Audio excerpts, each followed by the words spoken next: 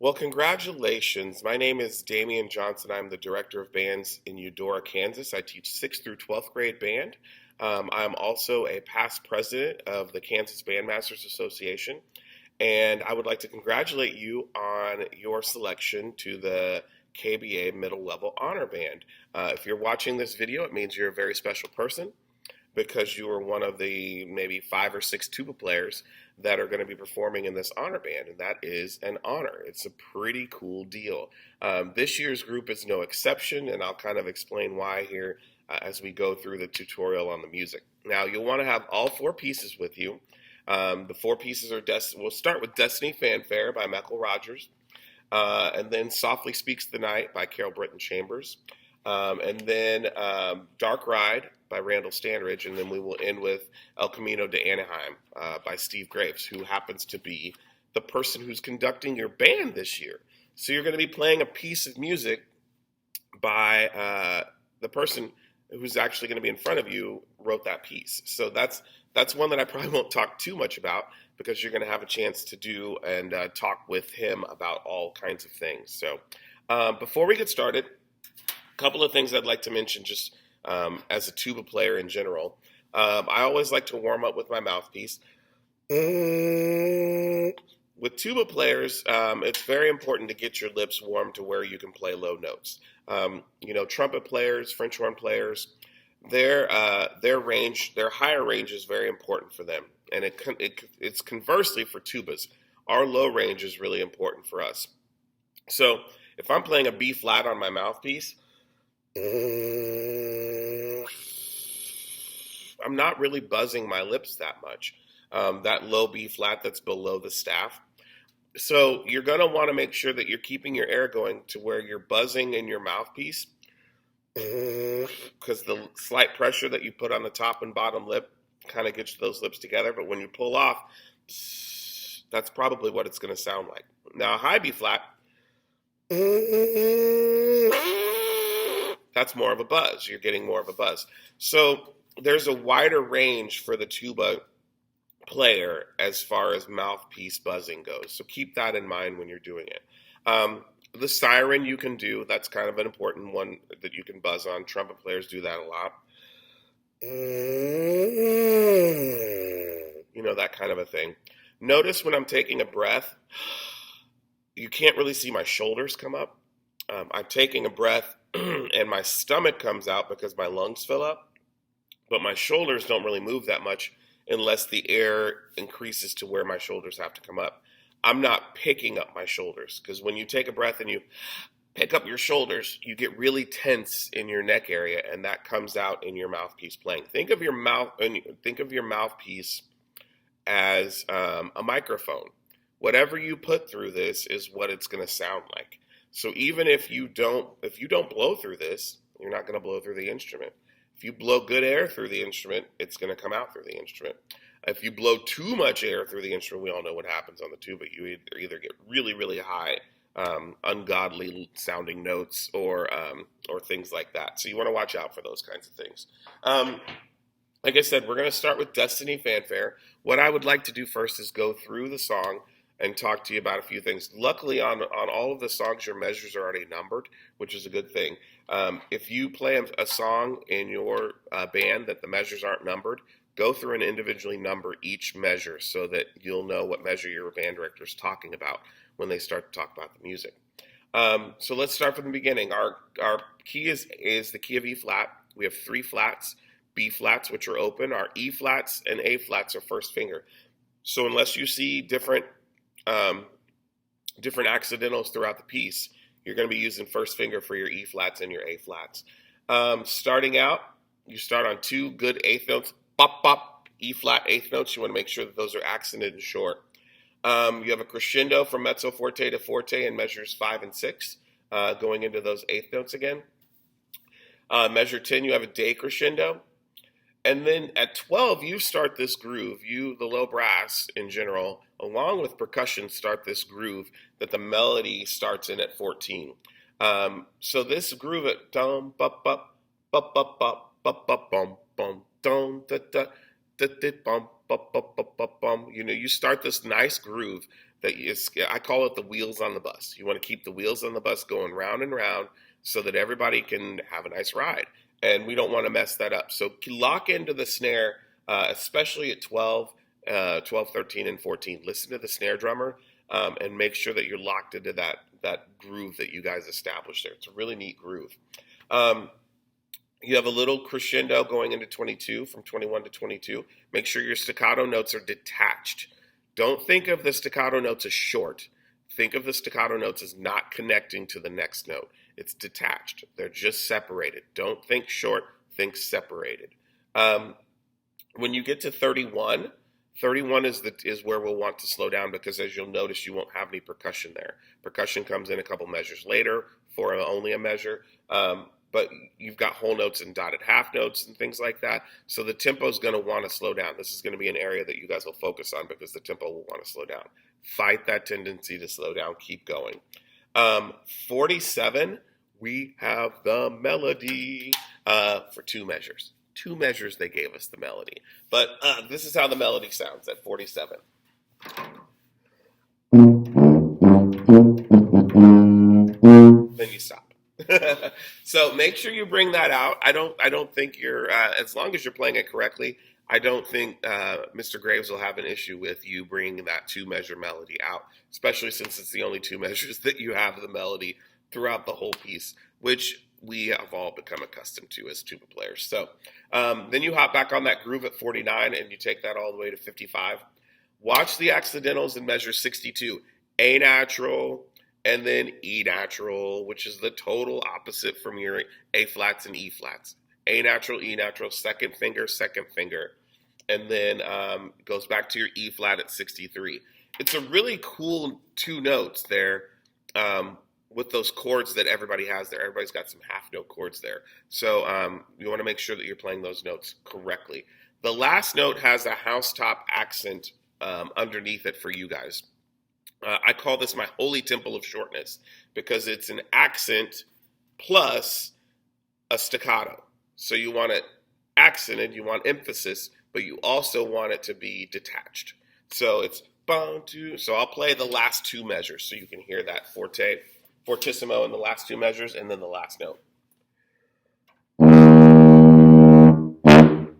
So that last note's going to be probably your loudest note of the song because you've got your fortissimo in the measure before it. It's not indicating that we changed that in the last measure.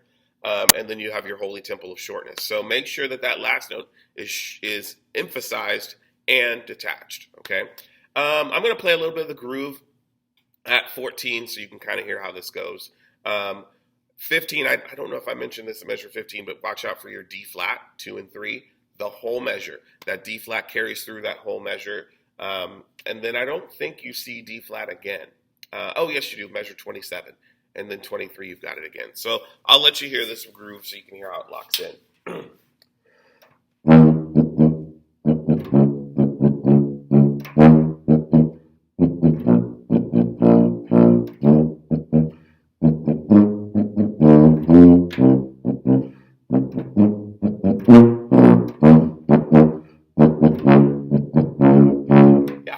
That's kind of how that groove goes. Any quarter notes that you don't have marked with anything, you just want to make them full value. You just want them to be full value, okay?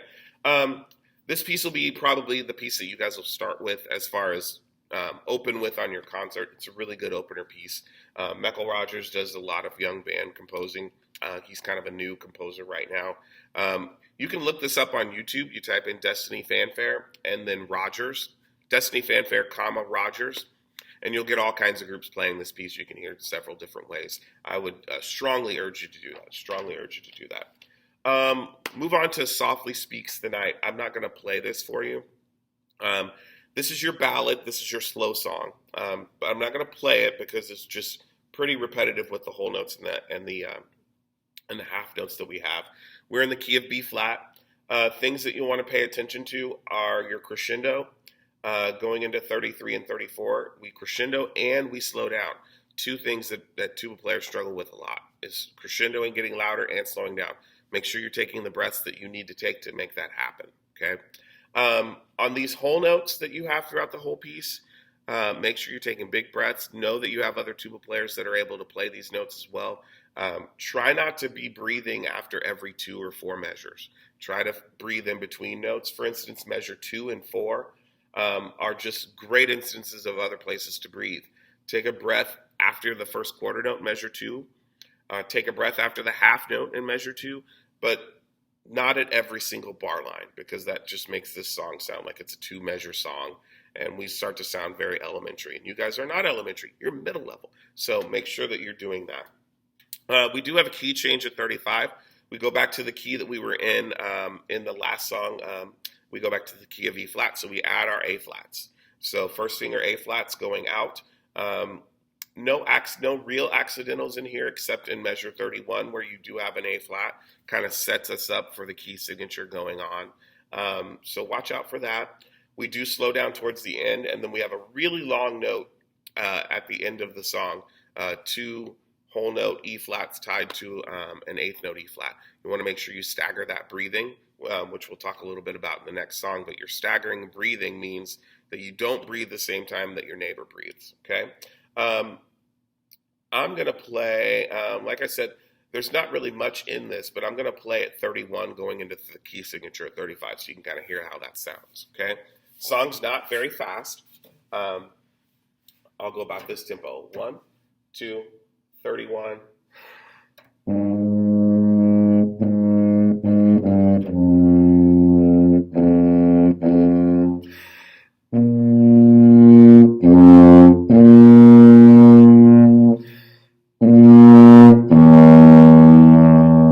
Yes, and use the dotted half note in measure 34 to take your breath after that, so you can do the quarter note into your E flat going into 35.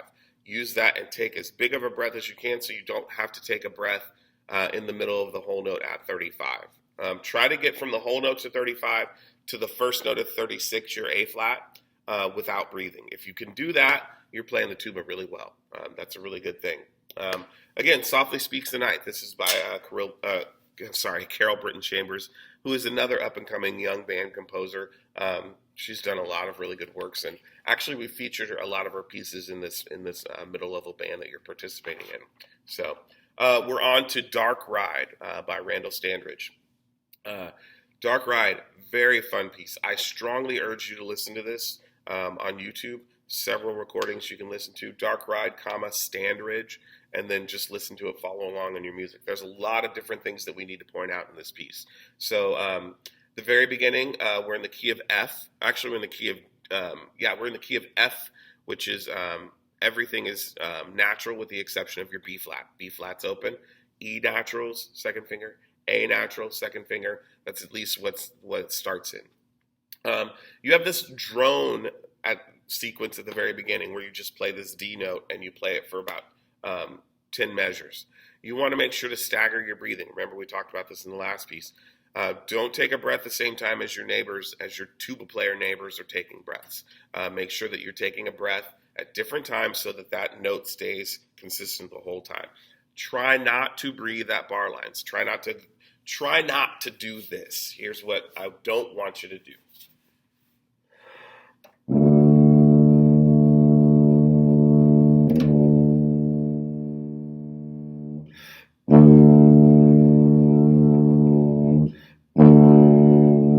Try not to breathe at every single bar line, every 4 counts. Take a breath on beat 2.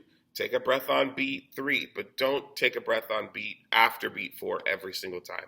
It just sets us up for this pattern that's not very good. Measure 3, you want to make sure you're listening for the quarter notes. The quarter notes are the melody, and they come in at measure 3, 5, 7, and 9. And they're two measure melodies. Bum, bum, bum, bum, dee, da, da, da. And then somebody else echoes that. Bum, bum, bum, bum, dee, da, da. Listen to it. It's really cool. It's so cool. Starts to slow down at measure 11. And then we get into this really exciting, fun, fast tempo. Quarter note equals 160. It's really, this song goes as fast as you guys can play it. If you can play it fast, you're going to play it fast. And it starts with tuba. It starts with us. At 15, boom, boom, boom, boom. I'll play a little bit of it. Again, the staccato notes are detached, right? Not short. Good. They're not short. They are detached, okay? So here's a little bit of 15 going into 19.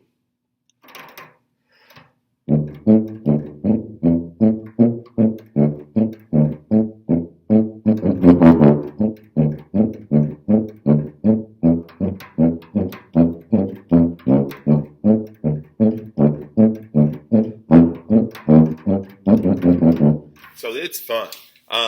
It's fun. Emphasize your accidentals that you have. You have accidentals on your G sharp at 21, and which G sharp is the same thing as A flat. Dum, bum, A flat or first finger. G sharp, same thing as A flat first finger.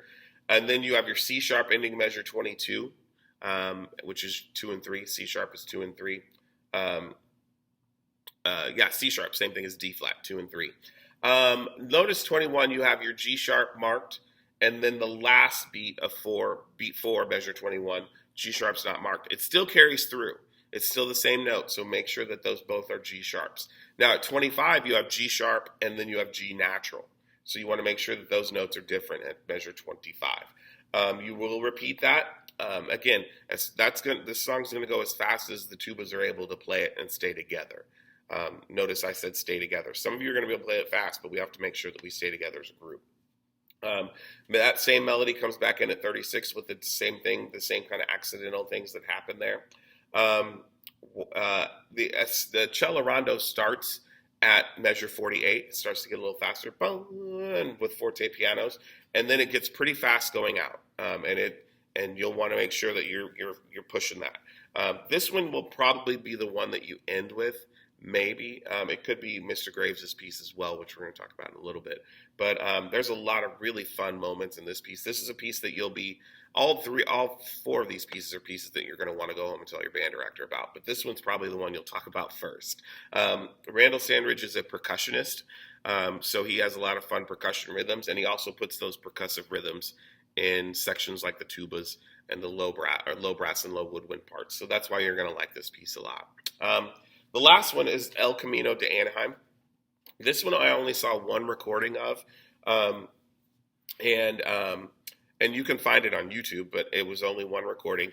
And I will warn you, you'll want to look it up, but I will warn you that it is a concert band that's taking place outside. So I think it's in November of 2021. We all remember or know that was a COVID time, and in California, they were under a more strict lockdown than probably we have ever been on in Kansas. So they had their concert on a football field in November. Now in California, you can do that with the weather patterns that they have, but I warn you that's what you're going to be seeing. So don't just skip over that. You'll also get the YouTube concert. So you'll have to, on the bottom line where you can kind of toggle through and move through the video, it'll show you the songs. So you can skip to Mr. Graves' El Camino to Anaheim piece, which I think is the one that they ended with on that concert. So look up El Camino to Anaheim, Graves, and then you'll get to listen to this piece. I want to play the first 2 measures. We're in the key of C minor, which is the same key as E flat. So this is your first minor key song. C is going to be the root or the 1 in this piece. So we're going to actually start on the 5 with our first and second measures. I want you to hear this rhythm so you can kind of get used to playing it. You don't have it a lot, but when you have it, you want to make sure you play it correctly. So these are the first 2 measures.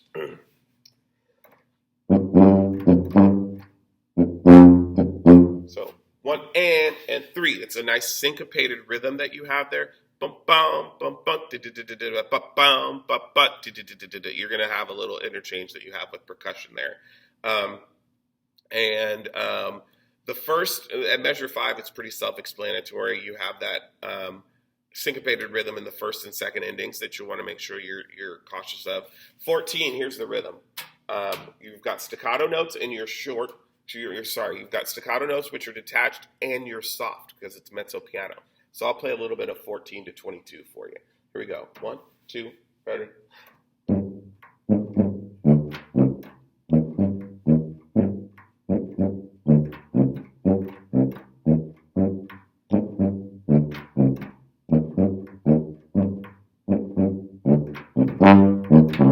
Yeah, So measure 21 is where that rhythm changes again. You get that syncopated rhythm that we've been talking about.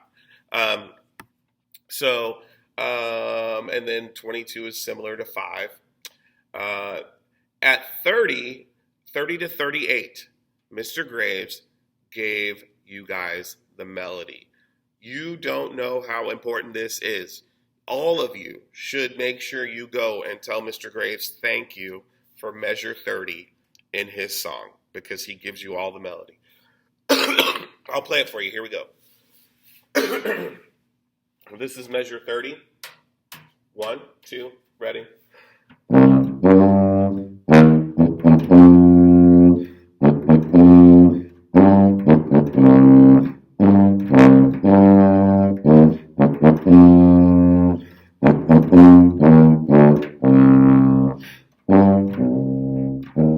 Yeah, and then the melody stops at 38. So at 30, again, melody for the tuba is a huge deal, and you want to make sure you tell your composer / clinician thank you for that, because not a lot of people do that. Ending the song, 38 is similar to 22, which is similar to measure 5. And then it gets a little bit different towards the end. 44, you get some accents in there. You have a B natural, funnest note on the tuba. You have, if you're a 4-valver like me, if you have 4 valves or 4 rotors like I do, you want to do 2 and 4 for your B natural, 2 and 4 for your B natural. If you only have 3 valves, if you just have these 3 guys right here, you're pushing all 3 of them down, and it's the entire instrument. It's a big note. I will tell you, if you do have this 4th valve, you want to get used to using it.